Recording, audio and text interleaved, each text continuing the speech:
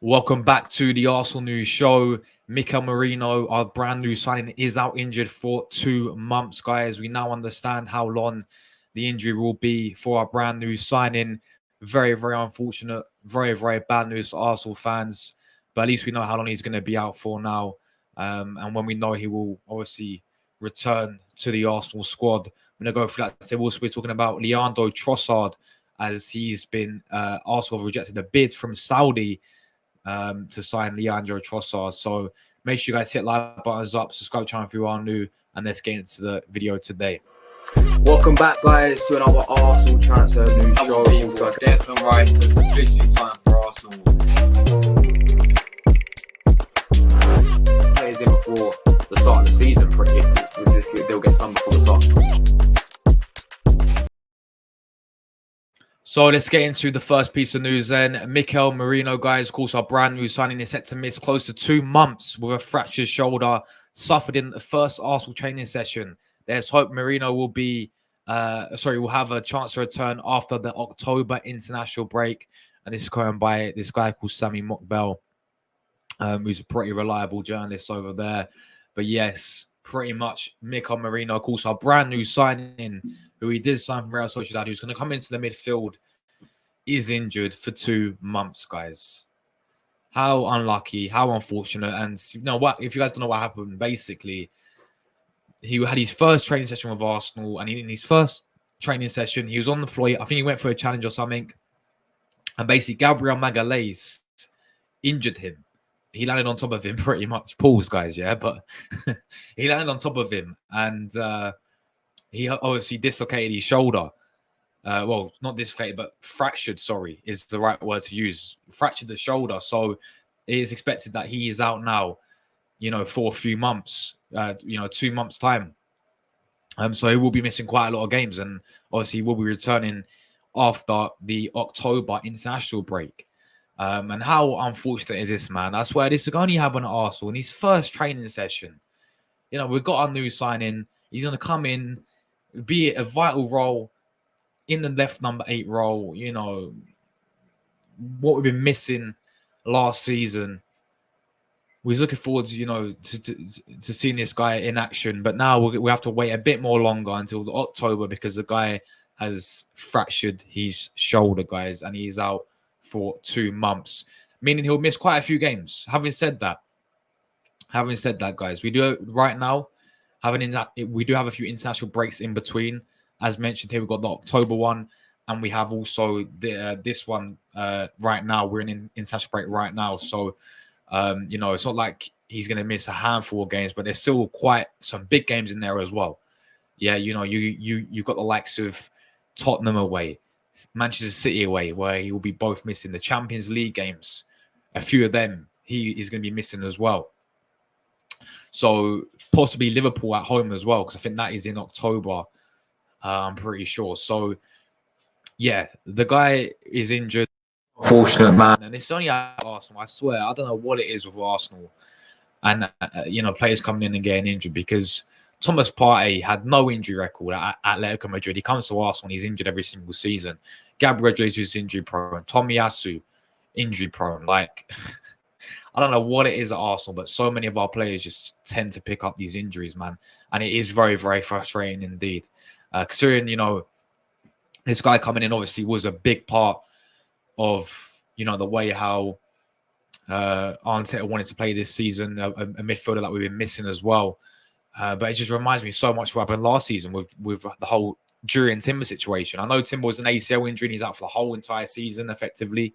This one's just a fractured shoulder. But how unlucky is that, guys? We get the new signing in his first training session, Gabriel injures him. But yeah, we wish him a speedy recovery, of course. And, we'll see him, of course, not until October now, guys. So, that midfield there is going to be Thomas Partey, Declan Rice, and Odegaard, and until, of course, Mikel Merino comes in. Of course, we do have other options like Jorginho there, but that is really it in the midfield options, because we got rid of Fabio Vieira. Obviously, now where he's more younger, but yeah, maybe he could play a role there. But yeah, other than Jorginho, Rice, Partey, and Odegaard, that is the midfield option. Obviously, no Smith Rowe anymore either. That is the midfield options there, guys. So pretty limited without, of course, our new signing, Mikel Merino. It is what it is, man. What can we do, man? What can we do? Listen, it is what it is, ain't it?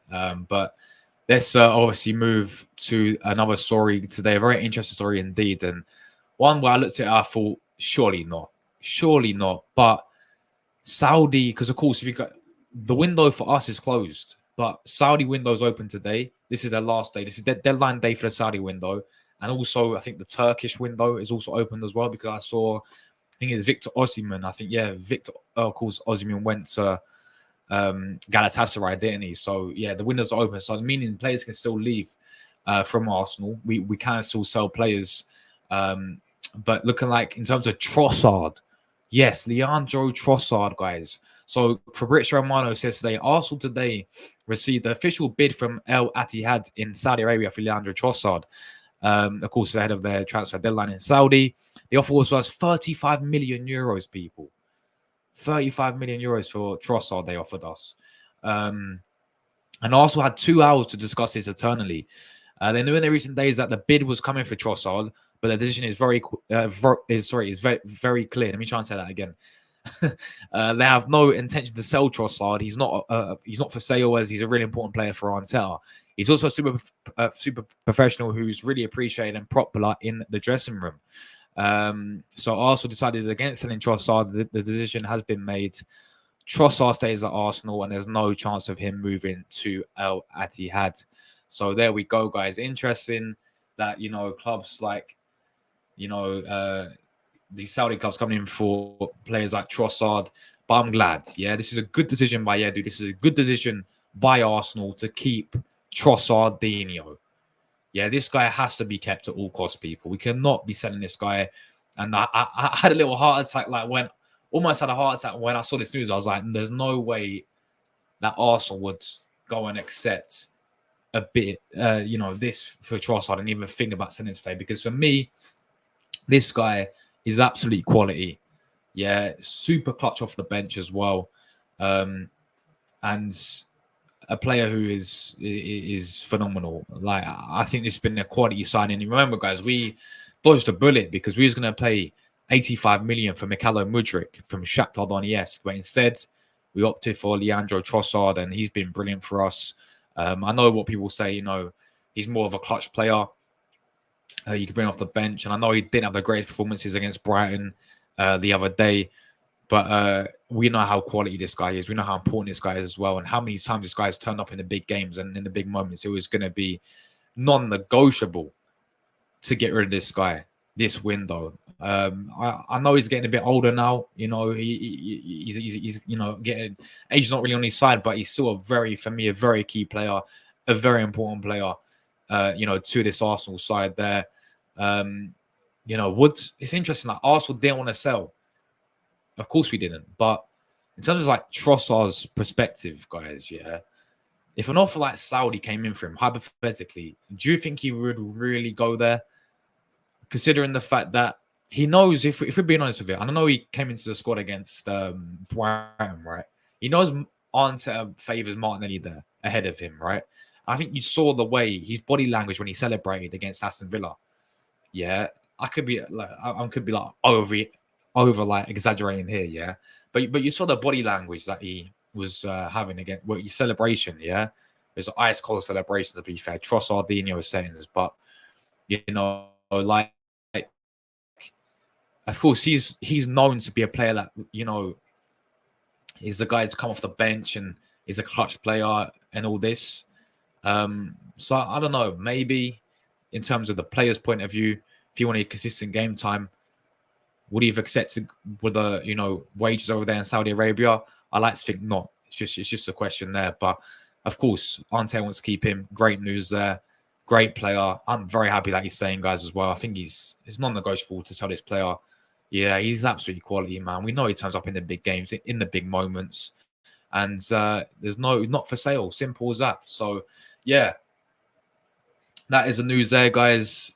Today, obviously, Mikel Merino out for 2 months. Trossard, Arsenal rejected a bid from Saudi. Thanks so much, everyone who tuned in today. If you enjoyed the video, make sure you do hit the like button on the video and also subscribe channel if you are new. We're on the road to 9K subscribers as well. Thank you very much for all your continued support that you guys have shown on the channel, and I'll catch you guys in my next video. As always, big up everyone, and come on, you Gunners.